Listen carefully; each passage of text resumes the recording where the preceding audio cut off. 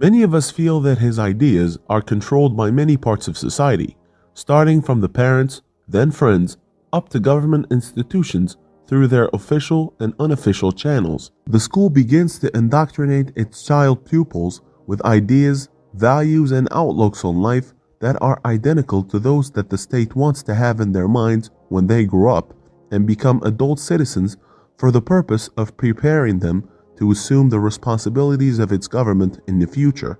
Remember, a significant portion of these children will become important leaders in their countries, from political party leaders to military generals, diplomats, and heads of state. In turn, every government in the world tries to spread its ideology and point of view through its audio-visual media channels, filled with arguments and news, part of which is true and the other part isn't, with the intention of brainwashing its citizens and controlling their thoughts in order to help facilitate the passing of its domestic and foreign policies without any objections, and facilitate gaining its approval by those citizens, because it knows that it cannot pass all its decisions through force. This may lead to rebellions and chaos. But by using soft power, such as indoctrinating children and spreading propaganda to adults, which both include arguments and ideas that contribute to the development of national pride and subconscious support for the decisions of government institutions, the government of any country in the world can pass its policies and announce its programs without any significant opposition from the public. This is what politicians call influencing the public opinion. There are two important methods of brainwashing: indoctrination and propaganda. And by the way, all regimes in the world use brainwashing methods, whether they lean towards liberal practices and values or they lean towards authoritarian ones.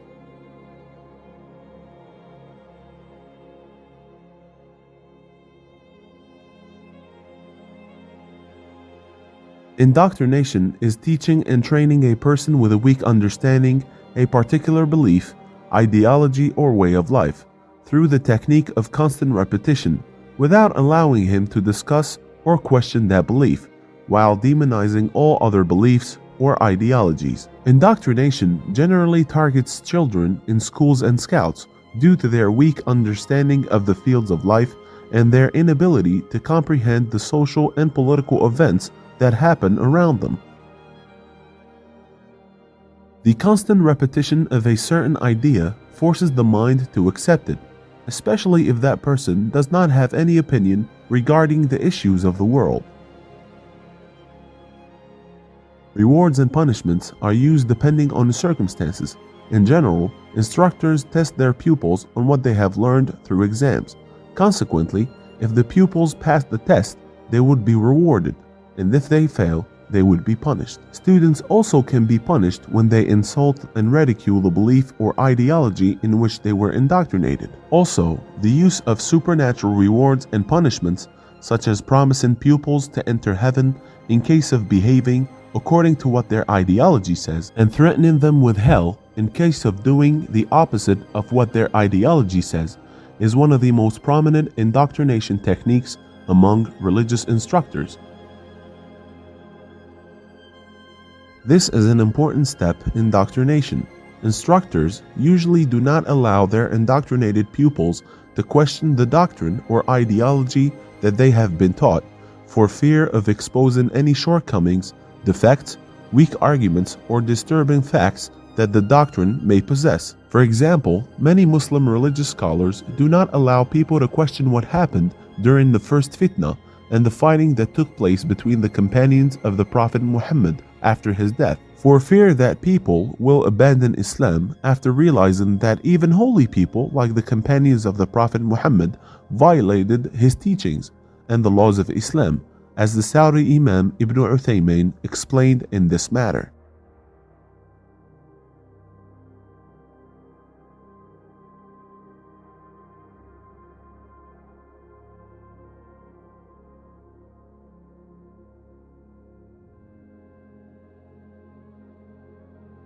We have many definitions for propaganda, but let's just take two of them.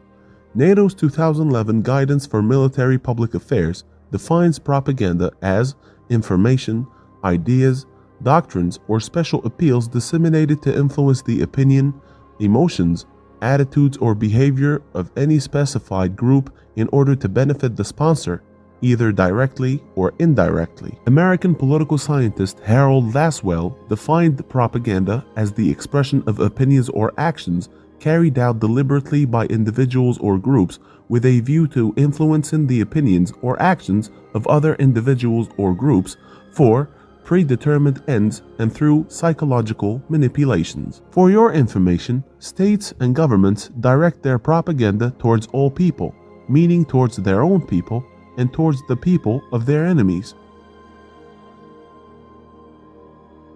There are several techniques and methods used in propaganda, but we will present the ones who are considered the most important and the most used in most propagandas in the world. When politicians fail to overcome their political opponents, especially during debates, in order to compensate for the pain of loss and embarrassment, they attack the character and reputation of their opponents through name-calling and exposing their scandals instead of outperforming them in debates and coming up with better arguments.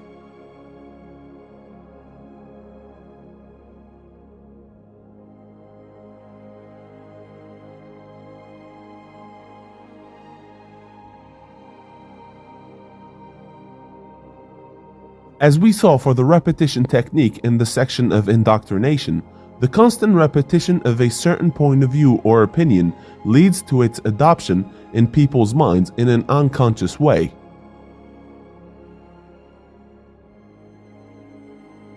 Here, a propaganda of a particular country tries to get the opinions of its politicians and senior leaders to use them as evidence to support its views, because it knows that the opinions of influential politicians have a great ability to persuade people. For example, if a simple person who has no political authority says that football is better than basketball, no one would take him seriously. But if a prominent politician says the same thing, most people would believe him and adopt his point of view because his social status and political influence earn him the trust of many citizens in him.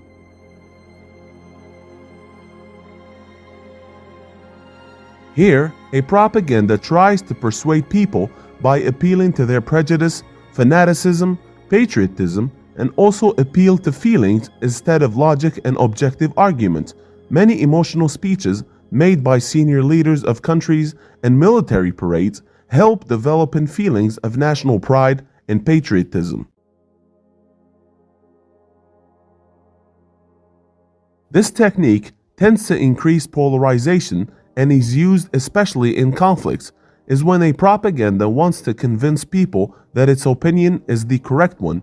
It limits the points of view that are available in the scene, usually to just two. Then, it refutes the one that it opposes in order to prove that there is no other correct point of view except its own, thus leaving people with limited choices. This technique is often used by leaders of state in their speeches, especially during conflicts and wars against other countries, where they declare that people cannot remain neutral, as they are either with them or against them.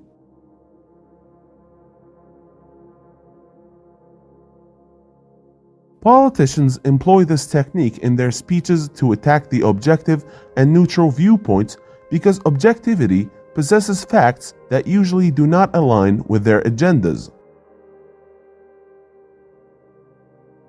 The website Effectiviology defines cherry-picking as a logical fallacy where someone focuses only on evidence that supports their stance, while ignoring evidence that contradicts it. Whoever thinks that propaganda does not use the truth to persuade people is wrong, as it is not possible to rely solely on lies and deception, as Richard Crossman, a prominent British statesman, said.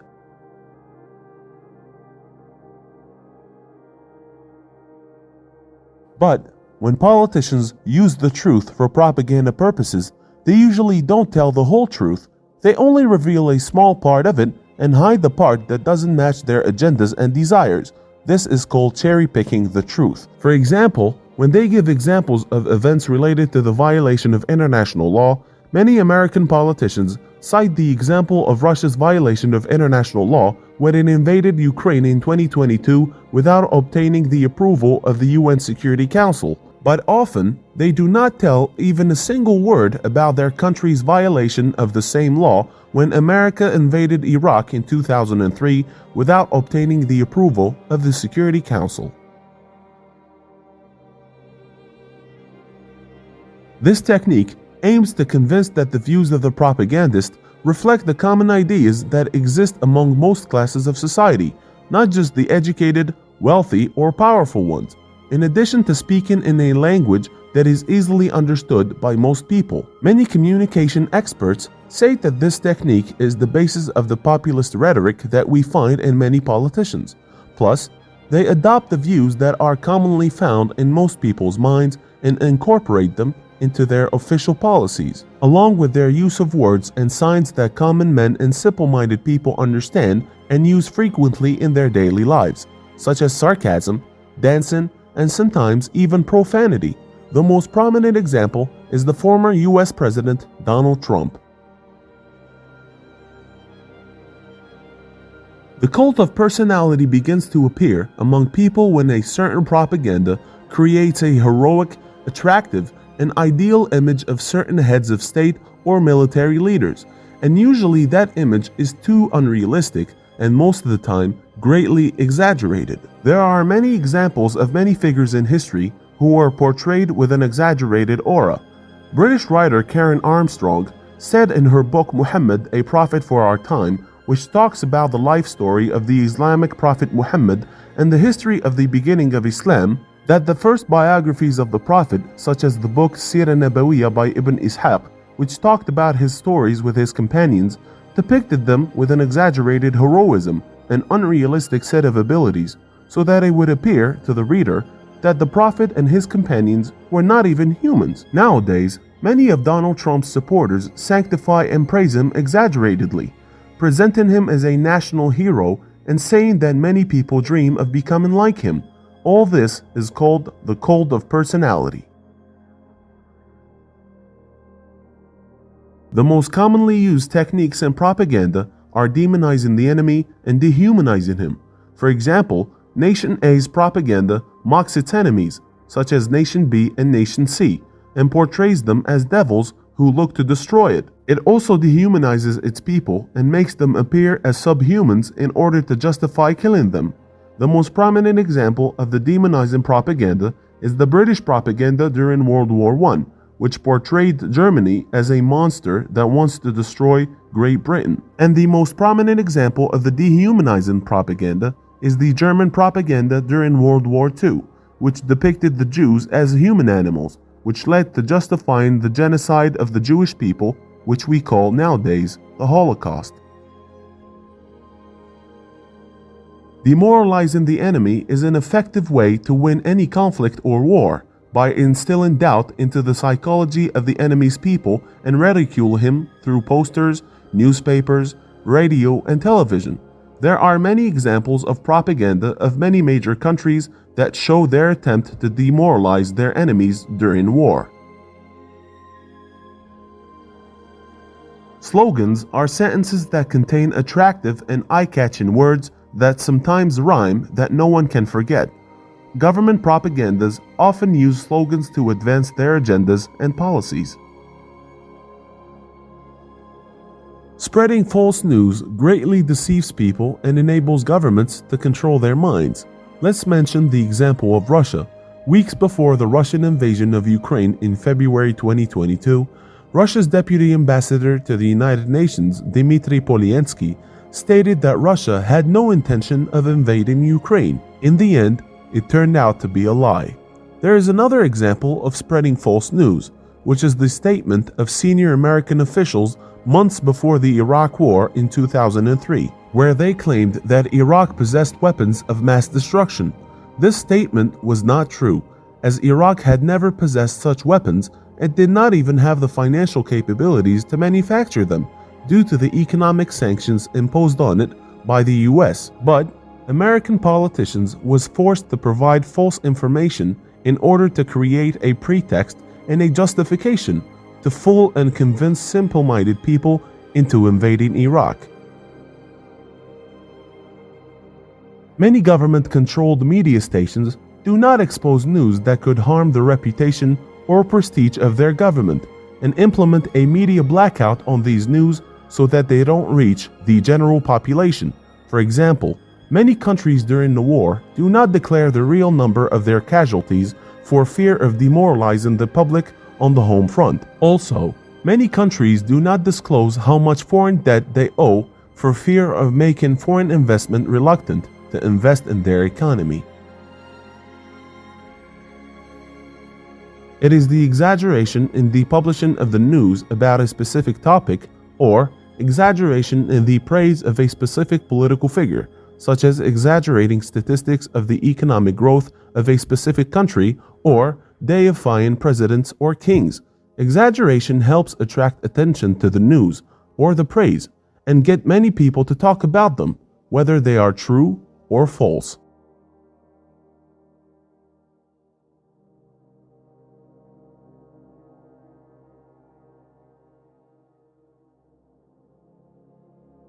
It is the constant denial of the occurrence of a particular real-life event, even though it has actually happened. The most prominent example we can provide about gaslighting is the Holocaust denial. Saying that the Holocaust did not happen is incorrect, because it is proven with many survivors' testimonies, accompanied by lists of victims, and documented with pictures and videos of what really happened inside Nazi concentration camps. However, we find that many political leaders in the world who are hostile towards Israel denied its occurrence and doubt that it has actually happened. After its success in controlling the Gaza Strip by force in 2007, Hamas prohibited UNRWA from teaching the Holocaust to Gazan children. The group's spiritual leader, Yunus al-Astal, said that teaching children about the killing of 6 million Jews in World War II would be a kind of a malicious propaganda, and that the teaching is considered also a war crime. Former Iranian President Ahmadinejad also denied its occurrence and was attacked by many American channels, most notably CBS and ABC News.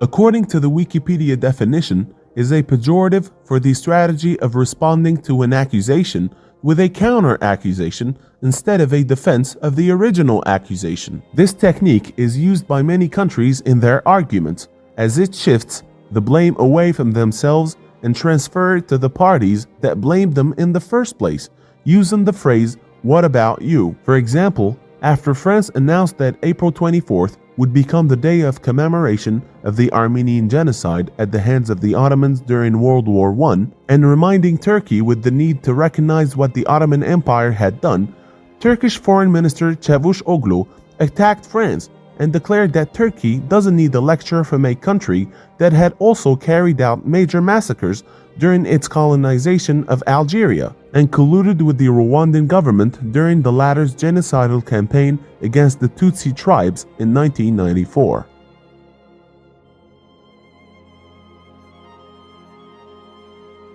The difference lies in the extent to which students are allowed to be skeptic and allowing them to question what they have learned or not. Indoctrination does not allow students to question the information they have been taught and does not open the way for them to discuss it. As for education, it motivates students to question everything and broadly opens the way for them to question the information that they have learned. Indoctrination targets certain groups of society and not all of them, especially the weak-minded and those who have a limited understanding of certain areas of life, such as children, the illiterate, the elderly, and those with poor mental health. As for propaganda, it is directed to all segments of society without exception.